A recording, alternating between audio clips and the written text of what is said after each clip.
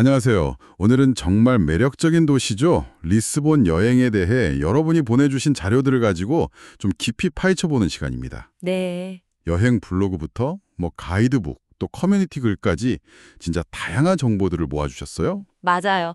자료가 정말 많더라고요. 이걸 바탕으로 해서 리스본 첫 여행 가시는 분들을 위해 핵심만 딱 뽑아서 여러분만의 그런 완벽한 여행 계획, 여기에 영감을 드리는 게 저희 목표입니다. 네, 좋습니다. 자, 그럼 바로 본론으로 들어가 보죠. 많은 분들이 사실 제일 먼저 궁금해하시는 게 안전 문제일 것 같아요. 그렇죠. 아무래도. 여러분 찾아보신 자료들에서도 리스본 치안이 유럽 다른 곳들에 비해 비교적 괜찮다, 이런 평가가 많긴 하더라고요. 네네, 맞아요. 전반적으로는 안전하다고 나오는데, 근데 그렇다고 뭐 마냥 안심할 수만은 없다. 이런 지적도 꼭 같이 나오더라고요. 네, 맞아요. 특히 이제 여행객들을 노리는 그런 좀 불미스러운 일들이 있다는 점은 유의해야 한다고 해요. 어떤 자료 보니까 막 불쾌한 말을 툭 던지고 도망가는 그런 사람들도 만날 수 있다고? 아, 정말요? 네, 그럴 땐 그냥 무시하고 자리를 피하는 게 제일 좋다고 조언하고 있고요.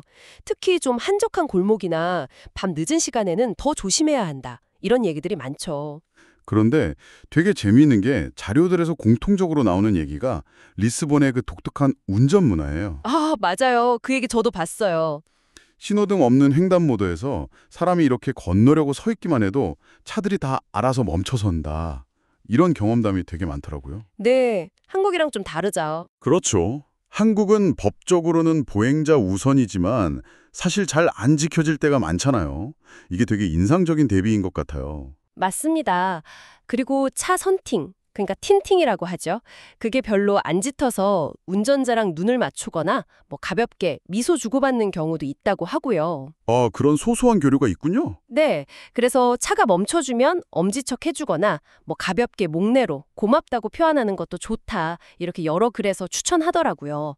이것도 여행의 또 다른 재미일 수 있겠죠. 하지만 역시 방심은 금물이라는 거. 특히 소매치기.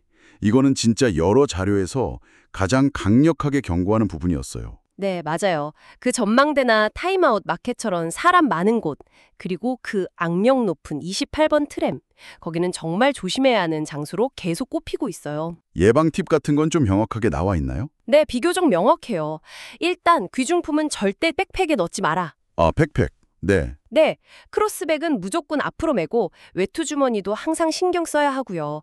그리고 카페나 식당 테이블 위에 스마트폰이나 지갑, 이거 무심코 올려두지 말라는 조언이 진짜 공통적으로 나옵니다. 습관적으로 올리게 되는데. 네, 그리고 그 청바지 뒷주머니에 스마트폰 넣는 것도 위험하다. 이런 글도 있었어요. 그리고 그 여권 사기꾼 이야기도 있었죠? 길에서 뭐 학생이나 사법경찰인 척 하면서 여권 보여달라고. 네, 맞아요. 그런 경우 절대 보여주거나 건네주면 안 된다고 아주 강력하게 경고하더라고요. 그냥 무시해야겠네요. 네, 여권을 빌미로 돈 요구하는 그런 사기 수법이라고 합니다. 다행인 점은 그래도 팬데믹 이후로 카드 사용이 훨씬 보편화돼서 현금을 막 그렇게 많이 들고 다닐 필요는 좀 줄었다는 거. 네, 맞아요. 대부분 상점에서 비자나 마스터카드가 다 통한다고 해요. 물론 아주 작은 가게나 뭐 특정 시장 같은 데서는 여전히 현금만 받는 경우도 있으니까 약간의 현금은 필요하겠지만요. 아, 그리고 꿀팁. 트래블 원래 카드 쓰시는 분들 그 산탄데르 ATM 이용하면 수수료가 없다는 정보도 있었어요. 오, 그거 좋네요. 공항이나 시내 곳곳에 있다고 하니까 찾기 쉬울 거예요. 자, 그러면 이제 예상 이야기로 넘어가 볼까요? 리스본 여행, 과연 얼마나 들까? 여러 자료를 종합해보니까 뭐 숙소나 식사 스타일에 따라 당연히 다르겠지만 전반적인 평가는 아직 물가가 매력적이다. 이거인 것 같아요. 네, 그렇죠. 북유럽이나 스위스는 말할 것도 없고 심지어 요즘 막 엄청 오른 한국 물가랑 비교해도 확실히 저렴하다. 이런 의견이 거의 대부분이었어요. 식비 같은 경우 예를 들면 꽤 괜찮은 레스토랑에서 한 사람당 한 20유로 정도면 식사에 음료까지 가능하다? 네, 그 정도. 그리고 현지인들이 주로 가는 좀 소박한 식당 있잖아요. 타스카라고 부르던데 거기서는 뭐 5유로에서 10유로 정도로도 아주 푸짐하게 먹을 수 있다고 해요. 와, 정말 저렴하네요. 커피 가격도 인상적이던데요. 에스프레소 한 잔, 거기서는 비가라고 많이 부른다는데 그게 1유로 안팎. 네, 그렇다고 하더라고요. 그리고 그 유명한 에그타르트, 파스텔 드 나타. 이것도 개당 뭐 1유로에서 1.5유로 정도면 맛볼 수 있다고 하고요. 동네 카페테리아 같은 데서는 디저트랑 커피 세트로 할인도 자주 하고요. 슈퍼마켓 물가도 싸다는 정보가 많았어요. 네, 삼겹살 1kg에 뭐 5유로 정도? 맥주 작은 캔 하나가 0.6유로. 생수 1.5리터가 0.5유로 수준이다. 뭐 이런 2023년 기준 정보도 있더라고요. 그래서 만약에 아파트나 스튜디오 빌려서 좀 길게 계신다면 자료에선 뭐 월 120에서 200만 원 선이라고 하던데 식재료 부담이 적으니까 직접 요리해 먹는 재미도 클 것 같아요. 그리고 와인. 포르투갈 와인 가성비 좋기로 유명하잖아요. 그렇죠. 3유로대 와인도 퀄리티가 훌륭하다는 평이 많고 특히 그 비뇨 베르데 그러니까 그린 와인이라고 하죠. 이거는 꼭 마셔봐야 할 포르투갈만의 특징적인 와인이라고 여러 자료에서 추천하고 있습니다. 되게 신선하고 가벼운 맛이라고 하네요. 아, 마셔보고 싶네요. 확실히 이 합리적인 물가가 리스본의 아주 큰 매력 포인트 중 하나인 것 같아요. 예산 짜실 때 이런 거 참고하시면 좋겠네요. 다음은 숙소 위치인데요. 리스본이 그 7언덕의 도시라는 별명처럼 지형이 좀 만만치 않다. 이 점을 여러 자료에서 강조하고 있더라고요.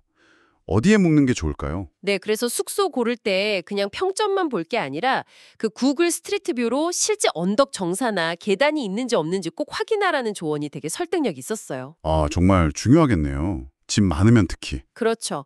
짐이 많거나 뭐 무릎이 좀 안 좋으시다면 더 중요하겠죠. 만약에 그 28번 트램 정류장까지 계단 없이 평지로 갈 수 있다. 그럼 아주 좋은 위치다. 이렇게 평가하는 글도 있더라고요. 여행 스타일에 따라서 추천 지역이 조금 나뉘는 것 같아요. 단기 여행자들에게는 주로 교통편하고 관광하기 좋은 곳들을 추천하는데요. 네. 예를 들어 바이샤 지구. 여기는 리스본의 완전 중심부고 평지라서 이동이 편하고 주요 명소나 맛집, 상점들이 다 모여 있다는 장점이 크다고 해요. 다만 이제 관광객으로 항상 좀 붐빈다는 점은 감안해야 하고요. 네, 거긴 정말 중심이죠. 그리고 알파마. 여기는 가장 오래된 지구답게 역사적인 분위기, 좁은 골목길 이런 매력이 있지만 언덕이 많고 대신 전망 좋은 숙소, 주로 에어비앤비 같은 걸 찾을 수 있다. 이런 특징이 있고요. 알파마는 정말 분위기가 있죠. 바이호 알투나 시아두는 밤문화나 쇼핑 즐기기 좋지만 밤에는 좀 시끄러울 수 있다. 이걸 고려해야 한다고 하네요. 맞아요. 거긴 좀 활기찬 곳이죠. 반면에 좀 더 여유 있게 머무는 뭐 장기 여행자나 현지 분위기를 더 느끼고 싶은 분들한테는 또 다른 지역을 추천하는 자료들이 있더라고요. 아, 어떤 곳들이요? 그라사 같은 경우는 현지인들이 많이 사는 느낌이 강하고 물가도 비교적 좀 저렴하고요.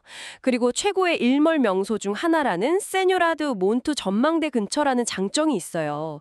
핑고도스 같은 저렴한 슈퍼마켓 이용도 편하자고 하고요. 오, 현지 느낌? 네. 그리고 프린시페 레알. 여기는 좀 더 세련되고 힙한 분위기를 좋아하시면 고려해 볼 만한 곳이에요. 예쁜 카페나 뭐 내추럴 와인바, 고급 레스토랑 같은 게 많고 공원도 잘 되어 있다고 해요. 다만 슈퍼마켓 가기는 그라사보다는 조금 불편하다는 언급이 있었고요. 그렇군요. 그 외에 또 다른 지역은요?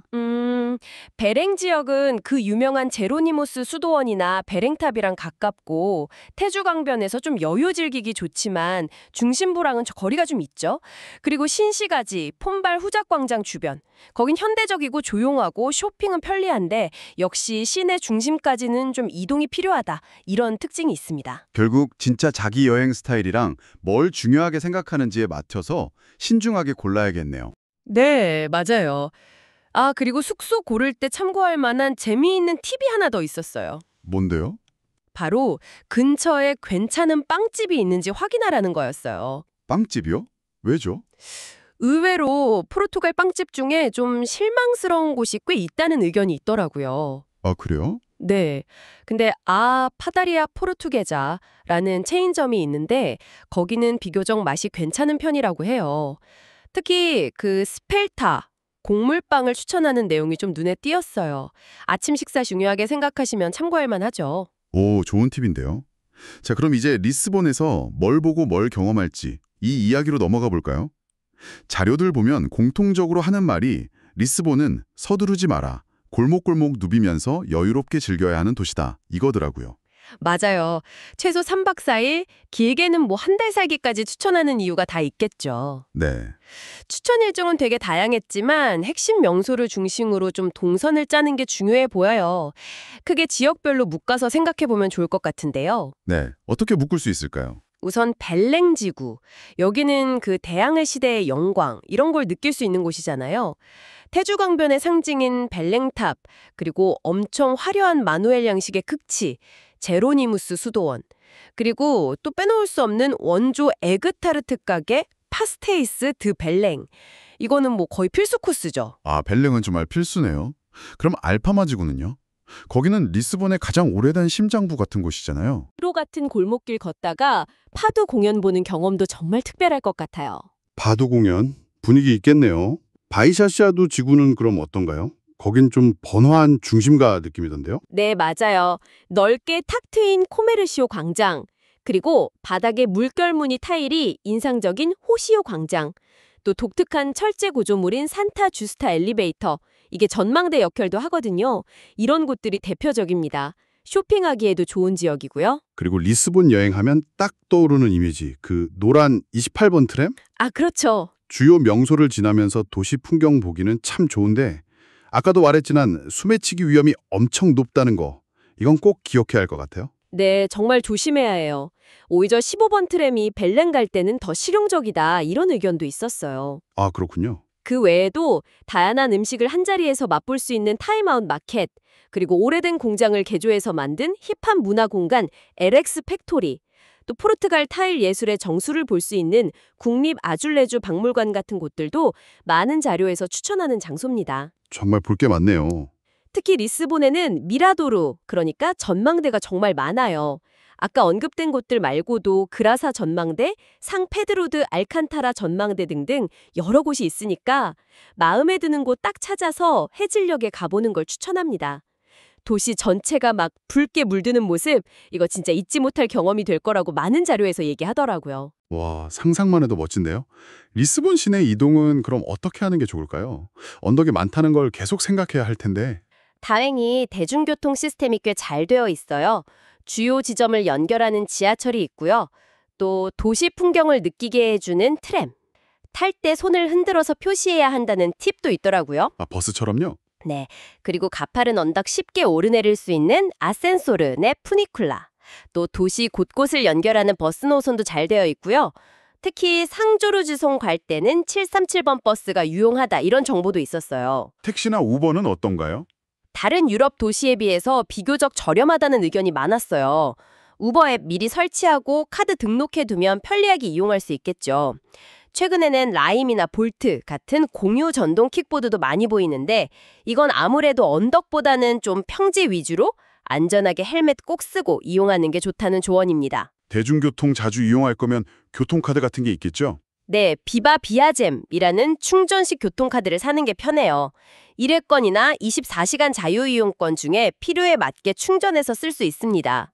하루에 대중교통 4번 이상 탄다, 그러면 24시간권이 더 유리하다는 계산도 있더라고요. 아, 그렇군요. 자, 드디어 나왔습니다. 리스본 여행의 하이라이트. 먹거리 이야기. 여러분 보내주신 자료들에서도 포르투갈 음식 칭찬이 정말 자자했어요. 네, 맞아요. 쌀밥도 먹고 향신료도 강하지 않아서 한국인 입맛에 잘 맞는다. 이런 평가가 진짜 많더라고요. 네, 특히 신선한 해산물 요리는 꼭 먹어봐야 할 것 같아요. 워낙 유명해서 막 줄 서서 기다려야 한다는 세르베자리아, 라미루 같은 곳도 있지만 해물밥 아로즈 데 마리스코로 유명한 마리스케이라 우마나 문어 스테이크, 볼보 아 라가레로가 맛있다는 현지인 추천 맛집 돈페이장. 아, 돈페이장? 네, 여기는 영어 메뉴판이 없고 고수 들어가는지 꼭 확인해야 한다는 팁도 있었죠. 이런 다양한 선택지들이 있습니다.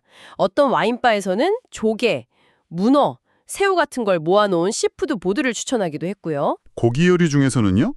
한국 사람들한테 유독 인기 많다는 그 돌판 스테이크 집이 있다던데요? 아, 네. 헤스토랑테 카바카스. 거기 자주 언급했어요. 사장님이 한국말을 조금 하신다는 후기가 재밌더라고요. 좀 더 분위기 있는 곳을 원하시면 아탈료 헤랄 같은 스테이크 전문점도 있고요. 아니면 저렴하고 푸짐한 현지 가정식, 이런 거 맛보고 싶으시면 수페르 마리오 같은 타스카에서 정어리구이나 갈치구이 시도해보는 것도 좋겠습니다. 정어리구이 궁금한데요. 포르투갈 하면 또 바칼리아우, 그 대구 요리 떼놓을 수 없잖아요. 그렇죠. 국민 식재료죠. 다만 이게 말린 대구를 불리고 조리하는 방식에 따라서 맛 차이가 좀 크다는 점은 유의해야 해요. 아, 집집마다 다른가 보네요. 네. 올리브 오일에 구워낸 바칼야오 라가레이로 스타일을 추천하는 곳들이 많았어요.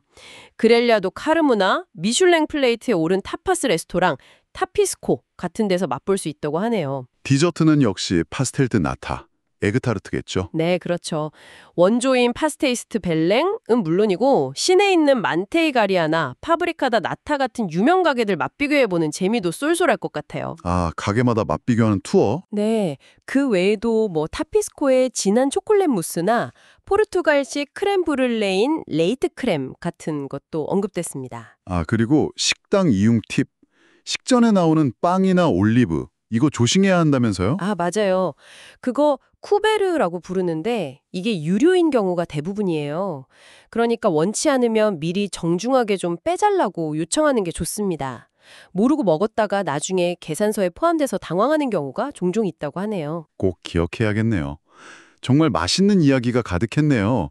그럼 이제 리스본에서 뭘 사오면 좋을지 쇼핑 리스트 한번 살펴볼까요? 포르투갈만의 특색 있는 아이템들이 많다고 하던데요. 네, 여러 자료에서 공통적으로 추천하는 것들을 좀 모아보면요. 일단 아름다운 아줄레지 타일이나 관련 상품들, 네, 그 타일 예쁘죠? 그리고 빈티지한 포장이 매력적인 국민치약 쿠토, 또 고급스러운 향이령 패키지의 클라우스 포르토 비누나 향수, 그리고 세련된 디자인의 큐티폴 커틀러리, 이게 포르투갈 브랜드더라고요. 아, 큐티폴이 포르투갈 거였군요. 네, 현지에서 사면 더 저렴하다는 장점이 있죠. 물론 포트 와인은 기본으로 사와야 할 것 같고 또 특이한 거 없나요? 세계 최대 생산국답게 다양한 코르크 제품들, 지갑이나 가방 같은 거요. 이것도 독특한 기념품이 될 수 있고요. 체리 리큐어인 진자는 초콜릿 잔이장 세트로 된 상품도 있다고 하고요. 아, 술잔까지? 네, 예쁜 패키지로 유명한 정어리 통조림이나 질 좋은 가죽 제품 같은 것도 고려해 볼 만한 쇼핑 아이템으로 꼽혔습니다. 와, 선택지가 정말 다양하네요. 취향껏 예산 맞춰서 즐겁게 쇼핑할 수 있을 것 같아요. 네, 그렇죠. 리스본 자체만으로도 진짜 볼거리가 넘치지만 시간이 좀 더 된다면 근교로 당일치기 여행 떠나보는 것도 매력적이다 이런 의견이 많았어요. 맞습니다. 가장 많이 언급된 곳은 역시 신트라요. 동화 같은 분위기의 유네스코 세계유산 도시죠. 아, 신트라 사진 보면 정말 예쁘더라고요. 네, 알록달록한 페나성. 이거 사전 예매 필수라고 하고요. 신비로운 정원의 킨타다 헤갈레이라, 무어인의 성 같은 곳들이 주요 명소입니다. 다만 워낙 인기가 많아서 진짜 엄청 붐빈다고 해요.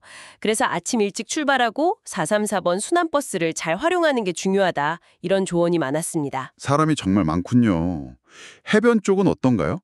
해변 휴양 도시 카스카이스. 여기는 좀 더 여유로운 분위기를 느낄 수 있는 곳이고요. 유라시아 대륙 최소단인 카보다 호카, 까보다 로카는 그 상징성 때문에 많이들 가시죠. 땅이 끝나고 바다가 시작되는 곳. 아, 그 문구 유명하죠. 네, 보통 신트라랑 카스파이스, 카보다 호카 이렇게 셋을 묶어서 하루에 다녀오는 경우가 많은데 좀 더 여유로운 일정을 원하시면 나눠서 가는 것도 좋다는 의견이 있었어요. 하루에 다 돌려면 꽤 빡빡하겠네요. 네, 좀 서둘러야 할 거예요. 그리고 조금 더 시간을 투자할 수 있다면 알렌테주 지방의 역사 도시 에보라도 추천할 만합니다. 로마 신전 유적이나 해골로 장식된 뼈 예배당 같은 좀 독특한 볼거리가 많다고 하네요. 리스본에서 버스로 1시간 반 정도 걸린다고 하고요. 네, 오늘 저희는 여러분이 보내주신 이 풍부한 자료들을 바탕으로 리스본 여행의 실용 정보부터 명소, 음식, 쇼핑, 그리고 근교 여행까지 정말 알차게 살펴봤습니다. 네, 정말 많은 이야기를 나눴네요. 이 모든 정보를 이렇게 쭉 꿰뚫어보면 결국 리스본은 과거의 유산과 현재의 활기, 그리고 맛있는 음식과 합리적인 물가가 정말 잘 어우러져 있는 아주 다층적인 매력을 가진 도시라는 점이 아닐까 싶어요. 그렇습니다. 오늘 나눈 이야기들이 여러분의 리스본 여행을 계획하시는데 훌륭한 길잡이가 되기를 바랍니다. 하지만 꼭 기억하셨으면 좋겠어요. 최고의 정보는 결국 여러분이 직접 걸으면서 보고 느끼고 발견하는 것들 속에 있다는 걸요. 맞아요. 여러분의 호기심이 이끄는 대로 여러분만의 리스본 이야기를 만들어 가시길 바랍니다. 마지막으로 이런 질문을 한번 던져봅니다. 오늘 살펴본 자료들은 파두의 어떤 애절함이나 아줄레주의 아름다움 같은 리스본의 깊은 전통, 그리고 LX 팩토리나 트렌디한 레스토랑에서 볼 수 있는 그런 현대적인 에너지가 어떻게 공존하는지를 잘 보여줬잖아요. 네, 그렇죠. 그 대비가 매력적이죠. 그렇다면 유명 관광지를 좀 벗어나서 우연히 들어선 리스본의 어느 골목길에서 여러분은 어떤 예상치 못한 오래됨과 새로움의 공전을 발견하게 될까요? 그 순간을 한번 상상해 보는 것. 그것 또한 여행의 설렘이 아닐까 싶네요. 좋은 질문이네요. 여러분의 리스본 자료를 바탕으로 함께 떠난 이 탐구 여정에 참여해 주셔서 감사합니다. 즐거운 여행 준비되시길 응원하겠습니다.